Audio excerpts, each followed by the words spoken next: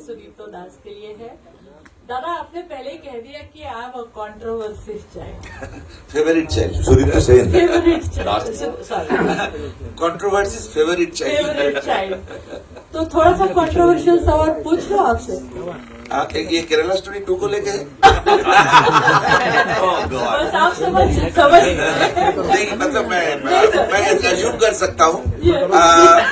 Kerala story जब शुरू हुई थी, हाँ जी, वो मतलब उसमें मैं तो मतलब 10-12 साल से हम उसके ऊपर काम कर रहे थे। जी, आज एक नया फिल्म लेके आए, Yes. उसके बारे में इतने बातें हुई है, इतने Yes, बात sir. करे, और जब हम लोग बात कर रहे हैं, वो लोग लीगल बैटल लड़ रहा है कोर्ट में, तो मुझे लगता है कोर्ट को अपना वो करना चाहिए। हमें चरक के बारे में हम बात उसके बारे में बात कर ही नहीं रहे अच्छा, सर। ठीक है। हमारा बात इतना ही है कि क्या चरक और केरला 2 साथ में रिलीज करने के पीछे कोई कॉन्शियस डिसीजन था या नहीं, ऐसा नहीं, ऐसा कोई कॉन्शियस डिसीजन नहीं था।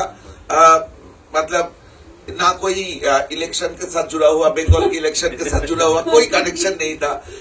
बेसिकली क्या है, फिल्म कंप्लीट करने के बाद जो प्रोड्यूसरों की पैसा लगता है ना, वो चाहते हैं जितना जल्दी हो सके रिलीज हो जाए। तो हमारे साथ भी यही हुआ। जिस दिन जयंतीलाल गाधा को फिल्म दिखाया, फिल्म का खत्म हुआ, कमरे का लाइट बुझा, जला, और जयंती भाई बोला कि सुदीप्तो अभी करते हैं इसको। मतलब इस तरह की सेंसिबल लोग, इस तरह की गुड हार्टेड लोग अगर इंडस्ट्री में रहे, तो मुझे लगता है कि किसी को स्ट्रगल नहीं करना पड़ेगा। मुझे ये लगता है कि हमारी जैसे फिल्म मेकर का स्ट्रगल कभी खत्म नहीं होता है। आप फिल्म बेशक 400 करोड़ कमा लिया ना, अगले दिन से मेरा स्ट्रगल शुरू हो गया और अभी भी चलता है, क्योंकि स्टूडियोज हमारी फिल्म नहीं लेना चाहते हैं। लोगों को लगता है ये कंट्रोवर्सी होगा, बैन हो जाएगा, केसेस चलेगा, तो हमारी फिल्म लेते नहीं है। लेकिन जयंती भाई की एक्सप्रेशंस देखने के बाद मैंने और सोचा नहीं कि केरला स्टोरी आ रहा है या धुरंधर 2 आ रहा है। जिस दिन जयंती भाई ने डिसाइड किया, उसी दिन मैंने बोला चलिए हम लोग रिलीज करते हैं, है ना कुशल भाई? सुदीप्तो सर, जैसे एक और छोटा सा क्वेश्चन इसी के साथ जुड़ा हुआ है कि हमने सुना है कि जब आपको केरला 2 बनाने का ऑफर आया तो आपने कहा था कि मैं व्हाट्सएप फॉरवर्ड की स्टोरी नहीं नहीं, ऐसा नहीं बोला था। ये थोड़ा सा डिस्टॉर्ट किया गया। वो रिकॉर्डिंग अभी तो मैंने इंस्टाग्राम में भी डाला, क्योंकि मैंने ये बोला था कि केरला के साथ मेरा 10 साल की रिलेशन है। जो केरला स्टोरी मैंने बनाया था, उसकी एक डायलॉग और एक शॉट के साथ मैं जुड़ा हूँ। I can defend up to hell. एक शब्द को मैं डिफेंड कर सकता हूँ और मेरे पास पुख्ता सबूत है। जब केरला स्टोरी 2 की प्लान हुई, तब भी मैं जुड़ा हुआ था, और विपुल जी लास्ट दिन तक मुझे बोलते गए कि दादा आप ही को डायरेक्ट करना है। लेकिन जब ये डिसीजन हुई कि केरला स्टोरी 2 में केरला का एक स्टोरी होगा, बाकी राजस्थान और मध्य प्रदेश की स्टोरी होगा, तो मैंने बोला था मेरा इनके ऊपर कोई रिसर्च वर्क नहीं है। जो केरला स्टोरी 1 के लिए था, मेरा नहीं था। मेरे पास क्या इन्फॉर्मेशन है, इन्फॉर्मेशन न्यूज़पेपर रिपोर्ट और व्हाट्सएप फॉरवर्ड। तो मुझे उतना ही टाइम लगेगा इसके ऊपर स्टडी करने के लिए, रिसर्च करने के लिए, और वो टाइम मैं देना नहीं चाहता। मैं एक जगह पे रुके हुए नहीं रहना चाहता। मैं आगे, मुझे और भी स्टोरी बोलना है, चरक बोलना है, इसके आगे 2-3 और स्टोरी बोलना है। तो इसलिए तो इंडिया टुडे वाले ने बड़ी मतलब उनकी कंफर्ट जोन से बीच की उठा लिए और बोल दिए कि मैंने ये डेरोगेटरी टर्म में नहीं, मैंने बोला था मेरी नॉलेज मध्य प्रदेश में जो लाभ जिहाद की इंसिडेंट्स हो रहा है, जो भी हो रहा है, उसके बारे में मेरा नॉलेज सीमित है व्हाट्सएप पर। उस पे मैं गहराई में नहीं गए। अभी जो डायरेक्ट कर रहा है फिल्म को, मैंने सुना कि वो बहुत डिटेल में काम किया है। सो मतलब इतना ही था मेरी तो कमेंट। जैसे बोला खोद के इन्होंने म्यूजिक निकाला, तो आपने जो रिसर्च है वो कैसे किया, वो ये प्रोसेस चरक थोड़ा जानना की चाहेंगे जी। एक तो चरक बचपन से हम लोग चरक के साथ, चरक का हिस्सा है। मैंने जैसे बोला था, चरक चैत्र की महीना में होता है। चैत्र इस 15 मार्च से लेकर 15 अप्रैल तक, और हमारे स्कूलों में एग्जाम खत्म हो जाता था फरवरी में, तो हमें जो पॉकेट मनी देते थे घर से, वो बचा के रखते थे चरक मेला में, मतलब मजा करने के लिए। तो चरक के साथ हमारी एकदम मतलब ऑर्गेनिक रिलेशनशिप है। बचपन से वही देखते थे। उस समय पे बलिया होता था, वो अघोरी प्रैक्टिस चलते थे। अघोरी प्रैक्टिस मतलब डेड बॉडी के ऊपर बैठ के प्रेयर करना, उसकी ह्यूमन स्काल लेके खेलना, ये सब था उसका। वो हमारे लिए बड़ा अट्रैक्शन था। लेकिन अलग अलग गवर्नमेंट ने ये तांत्रिक प्रैक्टिसेस को, ये अघोरी प्रैक्टिसेस को बैन कर दिया। महाराष्ट्र गवर्नमेंट सबसे पहले बैन किया, उसके बाद West Bengal government, Bihar government, जहां जहां बहुत ज्यादा हद तक ये प्रैक्टिसेस चलता था वो बैन कर दिया गया। तो जब ये बैन कर दिए गए, मेजर अट्रैक्शन कम हो गया। तो जैसे वेस्ट बंगाल में आज से 10 साल पहले 102 या 103 चरक होता था, उड़ीसा में करीबन 70-75 चरक होता था। अब वो संख्या अब 16, 17, 18, 20 में आके रुक गए। तो हमारे लिए जब हमने डिसाइड की कि इस फिल्म को बनाएंगे, संजय की कहानी जब हमने पढ़ा, तो पर्टिकुलरली फारूक भाई, संजय, मैं, हम लोग मिलके ये ह्यूमन सैक्रिफाइस की जितने इतिहास है वो हमने निकालने लगे और इतनी स्टार्टलिंग फैक्ट्स मिलने लगे कि जो most unsuspecting part of the society also are part of this heinous crime of child sacrifice, और साथ में इस तरह की तांत्रिक प्रैक्टिसेस। सो हमारी जो चैलेंज था, बेसिकली ये चैलेंज की मेन हिस्सा हमारे जो राइटर है फारूक भाई, उन्होंने निभाया। कुछ हद तक अमरनाथ ने की, कुछ हद तक मैंने और शिलादित्य ने भी, हम लोगों ने की। ये क्योंकि ये जो रिचुअल्स है जो आपने देखा, ये जो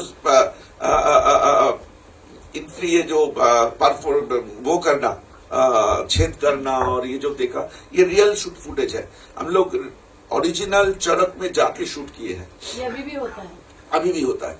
तो ये जो ब्लर एरियाज था कि जो रियल में होता है और जो हमें शूट करना है, क्योंकि एक एक चीज की ऑथेंटिसिटी चेक किया जाएगा इस तरह की सेंसिटिव सब्जेक्ट में। हम तैयार थे, हमारी रिसर्च मटेरियल लेके हम लोग सेंसर बोर्ड में गए थे। तो ये बेसिकली सोशल रिसर्च था, बेसिकली वो प्रैक्टिसेस के बारे में। तो हमने 1 साल पहले चरक का फुटेज इकट्ठा किया। हमने अपने 4 कैमरा लेके अलग अलग चरक में जाके शूटिंग की, वो सारे फुटेज इकट्ठा की। उसके साथ पुराने किताबें, रिलीजियस बुक्स, क्या क्या सैंक्शन है, क्या क्या परमिशन नहीं है, ये सब हमने रिसर्च इकट्ठा करके देन स्क्रिप्ट लिखा गया था।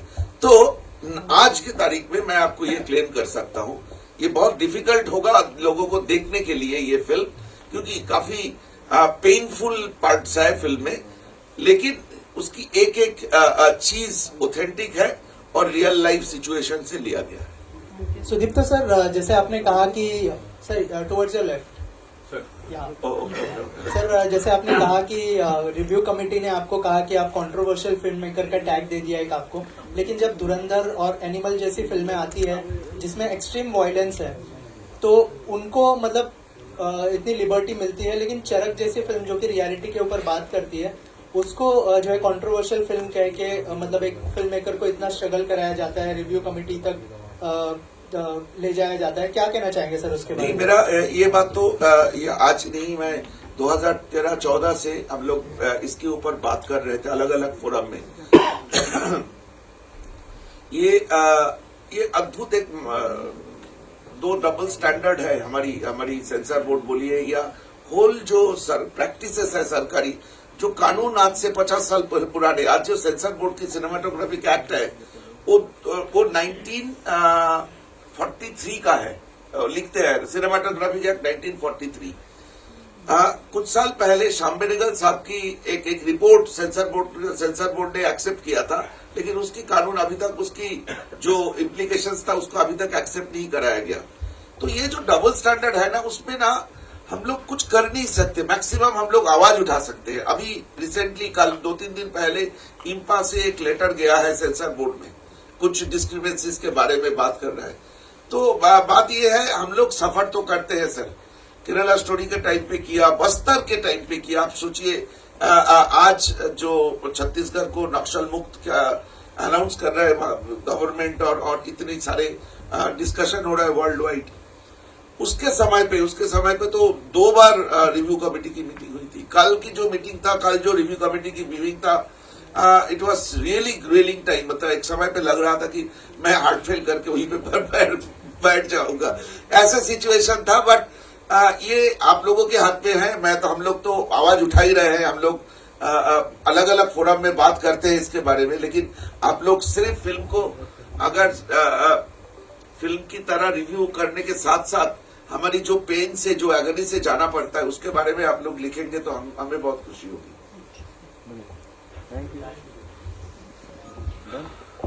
Done. Hi I am Varsha update now. मैं सुब्रत दत्ता से पूछूंगी यस मैम। कि चरक पर काम करने से आपके अंदर आंतरिक कुछ आस्था या अंधविश्वास जैसा कुछ हुआ है बदलाव, और आपके जीवन में कुछ ऐसा अनुभव हुआ है? देखिए, मेरे हाथों में कोई अंगूठी नहीं है और मैंने नाम भी चेंज नहीं किया। अक्सर ये होता है कि जब आप एक्टिंग करते तो नाम चेंज करते हैं, अंगूठियां पहनते हैं। मैं इसलिए विशाख को नहीं बोल रहा इतनी बड़ी जी अंगूठी पहनी, बहुत महंगी है। मुझे डायमंड की शौक है। हाँ, ये डिपॉजिट किया ये कल महंगा बेचेगा। सो मुझे ये नहीं है, मेरा काम डाकिया की तरह है, और जो गिवन सर्कमस्टेंसेस उसी पर्टिकुलर स्पेस और टाइम में कैसे बिहेव करना, दैट्स माय होमवर्क। सो मैं ऐसे किसी अंधविश्वास में ना मेरा पहले था, ना अभी है, ना 50 साल का हो चुका हूं तो भविष्य में भी रहेगा। ज्यादा दिन तक तो नहीं हूं। और मुझे लगता है कि विश्वास से ज्यादा अंधविश्वास तभी आता है जब आदमी डरता है। जो विशाख ने बोला वही मैं वो करूंगा। मेरे जिंदगी में मेरा जो फिलोसफी है उसमें डर नाम की कोई चीज ही नहीं है, तब तो मैं एक्टिंग ही नहीं कर सकता था। So thank you madam for asking this questions, but I never believe kind of quote unquote अंधविश्वास। Thank you sir. I would like to have one question to Saidu. Ma'am, I'll come to you. Yes. Well, she'll just complete her thing. जी आइए कुछ। Yes sir को मैं पूछूंगी, आपका अपना इस चरक में कुछ किरदार के बारे में बताओगे? मैं इस- जी इसमें आपकी अंधविश्वास और आस्था कितनी है? परमिशन नहीं है इसको बोलना। लेकिन हाँ, मैं एक हर कैरेक्टर के साथ जो मैं करता हूँ, हर एक्टर को ही करता हूँ कि एक पर्सनलाइजेशन, वो चरित्र मेरे अंदर कहाँ तक है और मैं उस चरित्र तक कहाँ तक पहुंच पा रहा हूँ। ये चरित्र आप देखेंगे, मैं इस पे ज्यादा बात नहीं करूंगा। मैं एक पुलिस इंस्पेक्टर हूँ, लेकिन ये जिस दुविधा और द्वंद से गुजर रहा है, व्यक्तिगत जीवन में मैं किस द्वंद में हूँ या था उस दौरान, कैसे जूझता हूँ, ये मेरा अपना प्रोसेस है। लेकिन है, हर इंसान का अपना एक प्रॉब्लम है, कई प्रॉब्लम्स होते हैं, और एक लेवल के बाद वो उम्मीद तो कर सकता है, कई बार वो उम्मीद खो देता है और विश्वास और अंधविश्वास के बीच में वो टटोलता है। मैं व्यक्तिगत जीवन में ऐसा करता नहीं हूँ, अंधविश्वासी नहीं हूँ, लेकिन मेरा जो कैरेक्टर है और मैं होता तो क्या करता, इस तरह के इंसान मैंने देखा हुआ है, तो मैं उस बारीक जो लाइन है उसके आसपास मैंने अपने आप को पाया, और यही मजा है एज एन एक्टर। तो इस कैरेक्टर के साथ रहते हुए मुझे कुछ हुआ है पर्सनल लाइफ में, जो मैंने इस कैरेक्टर के साथ।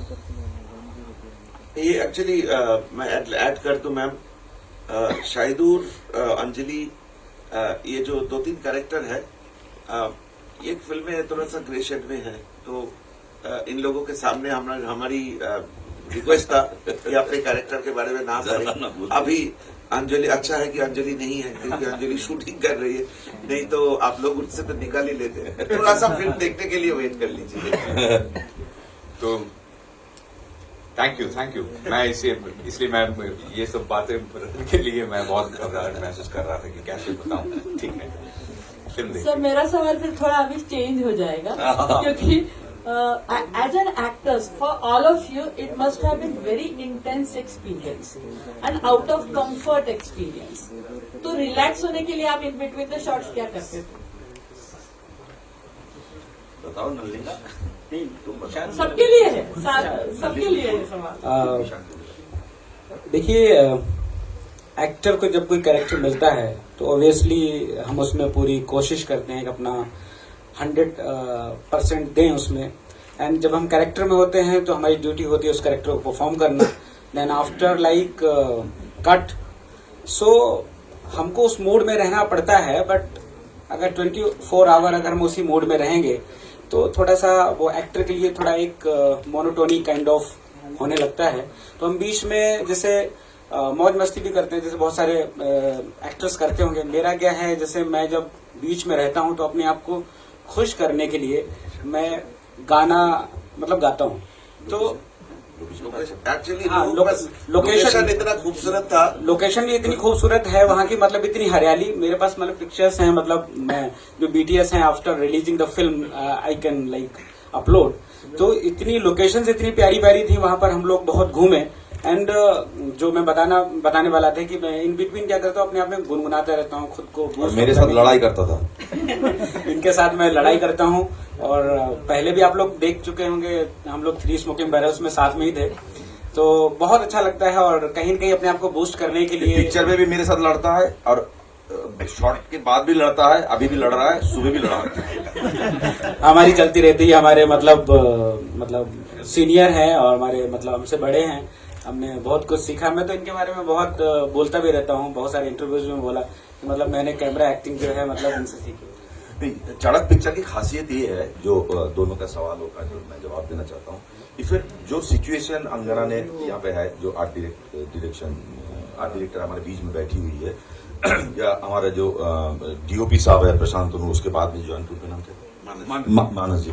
तो जिस हिसाब से उन लोगों ने एम्बियंस क्रिएट कर देते हैं, तो जब आप मेकअप वैन से या कॉस्ट्यूम भी ऐसे डिजाइन किया गया, जब आप जाते हैं तो automatically it became much more उस किस्म का कैरेक्टर करना जो अंधविश्वासी है या नहीं है वो तो बाद में बताएंगे, लेकिन वो माहौल से आप इतना जज्ब हो जाते हैं तो आपको वो किरदार निभाना बहुत आसान हो जाता है। और इसमें आप देखिएगा, यहाँ पे स्टार नहीं है, सो कॉल्ड जिसको कहते हैं स्टार, को एक्टिंग की जरूरत नहीं है, उनको देखने के लिए लोग आते हैं, लेकिन इसमें स्टोरी को कन्वे करना होता है, तो परफॉर्मर की जरूरत है। तो परफॉर्मेंस का वो बहुत आसान हो जाता है, क्योंकि film acting not a stage कि वो देखो चांद है, आप लोग देखेंगे चांद। जैसे प्रशांत जी बैठे हैं, मेरा सबसे पुराना मित्र है। जब मैं पहली बार माधुर जो पिक्चर किया था माधुर, तब से जानता हूँ, वो मेरा थिएटर भी देख चुके हैं। तो ये भी वो माहौल जब बन जाता है तो बहुत आसान हो जाता है। So thanks to CPT Cinemas and the producer Sudeep Hussain and also my director and also the 22 department है, 22 if I am not wrong, तब जाके पिक्चर बनती है। सो वो बहुत जरूरी है कि हम it's a community work, but main तो वो है जिसके दिमाग में आया जो प्रोड्यूस कर रहा है। So producer is always god. How you were relaxing yourself? Like, जी, what was your way of dealing with that intensity? जी, मैं खूब स्केचिंग करता रहता था। मुझे याद है मैं बीच बीच में मैं निकल जाता था, वहाँ के लोकल कुछ जो वहाँ के लोकेशंस के लोग हैं उनके साथ बैठ के मैं घंटों भर मैं रहता था, और बिटवीन द टेक्स मैं फोटोग्राफी भी कर लेता था। और हाँ, All right, so we'll take one last question, right? शुरू और प्रशांत दिस साइड फ्रॉम NDTV। मेरा सवाल आपसे ये है कि जब आपने केरला स्टोरी 1 बनाया, डायरेक्ट किया, तो आपके ऊपर एक डिफरेंट काइंड का टैग लग गया। इस फिल्म के बाद शायद दूसरा टैग लग जाए, तो ये जो आपकी आइडेंटिटी है वो आप उसको क्लीन करने की कोशिश कर रहे हैं? मुझे वो मैं इसलिए तो मेरा बात, जब मैंने इधर आ रहा था तो मुझे प्लान था कि मैं कुछ फॉर्मल बातें करूंगा, लेकिन आने के बाद मुझे वही महसूस हुआ, कंट्रोवर्सी की फेवरेट चाइल्ड। अभी क्या हुआ कि केरला स्टोरी और बस्तर के बाद एक किस्म का पॉलिटिकल स्टैंपिंग हुआ, और आई एम श्योर इस फिल्म के बाद सेंसर बोर्ड से लेकर आगे 6 तारीख को रिलीज होने के बाद definitely it is going to be a different kind of stamping. So मुझे ऐसी, मतलब मैंने मान लिया कि मुझे आगे की जिंदगी ऐसे ही एक कंफ्यूजन और अनसर्टेनिटी, कंट्रोवर्सी, इसमें ही मुझे जिंदा रहना है। तो मैं, ये मेरे लिए न्यू नॉर्मल है प्रशांत जी। प्रोड्यूसर कंफ्यूज हो जाएंगे कौन सी फिल्म डायरेक्ट कर रहे हैं। लेकिन मैं इतना तो मैं आपको बोल सकता हूँ, मैं आगे फिल्म खुद प्रोड्यूस नहीं करूंगा, इतना डिसीजन मैंने ले चुका हूं। मेरे से पॉसिबल नहीं है ये प्रेशर झेलना। मेरे टीम में बहुत अच्छे लोग हैं, वो लोग प्रोड्यूस करेंगे, मैं तो सिर्फ फिल्म ही बनाऊंगा, क्योंकि एक फिल्म सफिशिएंट था। नहीं, मुझे सीरियसली मुझे ये फीलिंग हुआ कि आप एक अच्छे इंसान बन सकते हैं या तो अच्छे प्रोड्यूसर बन सकते हैं, दोनों नहीं बन सकते एक साथ। मतलब मुझे अच्छे इंसान बनना मेरे लिए प्रेफरेंस है, तो आगे से मैं ध्यान रखूंगा प्रशांत। सुदीप, तो सर जैसा इधर यू लेफ्ट, तो आपने कहा ना आपको इतने टैग मिले, ये न्यू नॉर्मल है आपके लिए, तो इससे अलग जाने का मन नहीं है, थोड़ा सा अलग?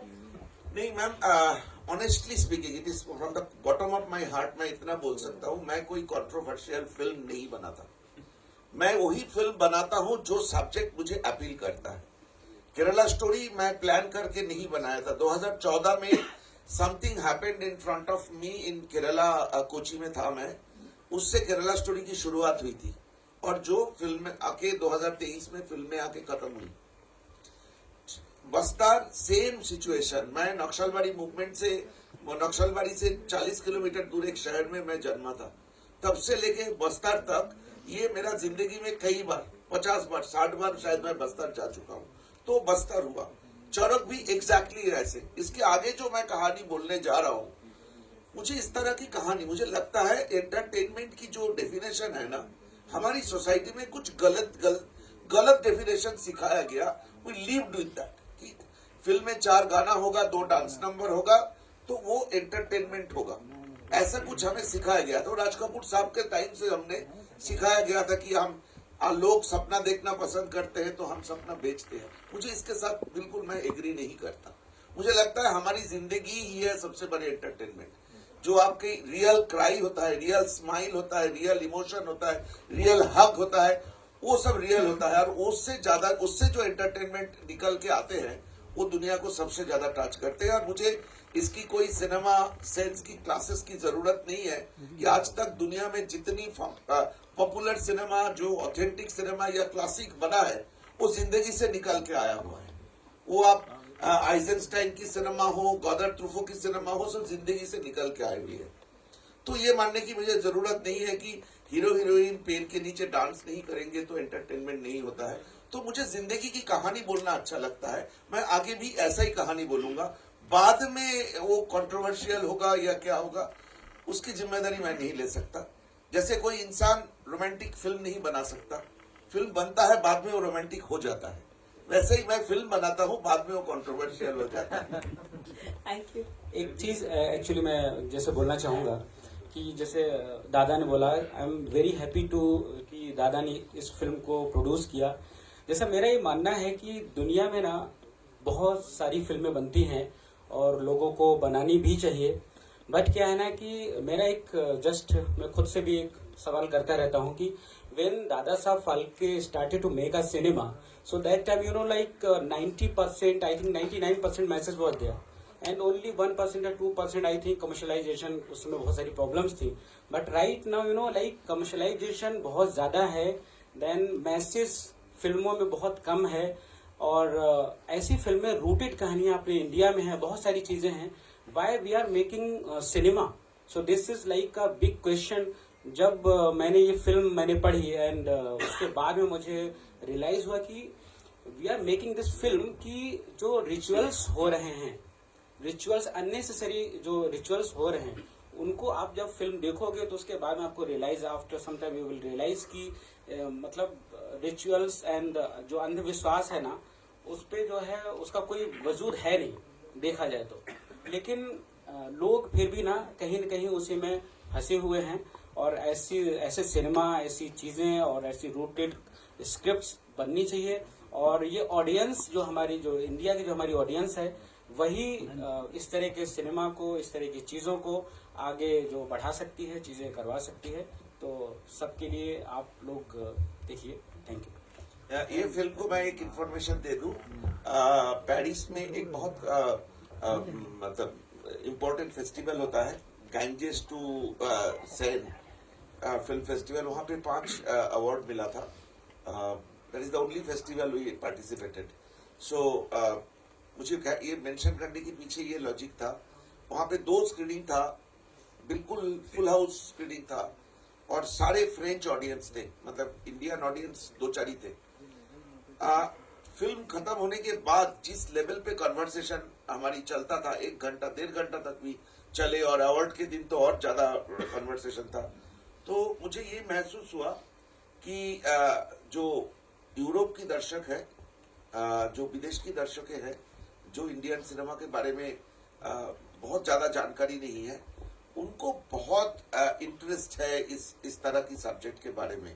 और मुझे लगता है कि ये सिर्फ इंडिया की बुरे चीज दिखाना नहीं, ये इस देश की जो कल्चर है ना, ये कल्चर के बारे में इन लोगों ने इतनी सारे डिस्कशन की कि मुझे ये लगा कि इस तरह की फिल्म सही में और बनना चाहिए। और ये फिल्म अगर सक्सेसफुल हुआ तो मुझे लगता है बहुत लोग कोशिश करेंगे इस तरह की फिल्म बनाने के लिए। जैसे केरला स्टोरी सक्सेस के बाद कई सारे स्टोरियां आई मार्केट में, वो चला नहीं, वो अलग बात है, लेकिन अगर ये फिल्म इंस्पायर करे और फिल्म बनने के लिए तो मुझे लगता है ये हमारी सक्सेस होगी।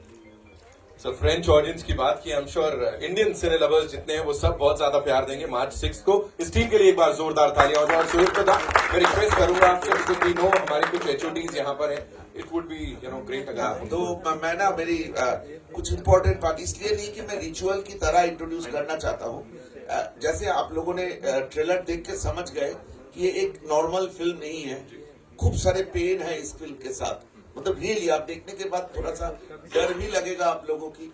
इसकी फारूक भाई एक जॉनर बोलते हैं फोकलोर हॉरर फिल्म।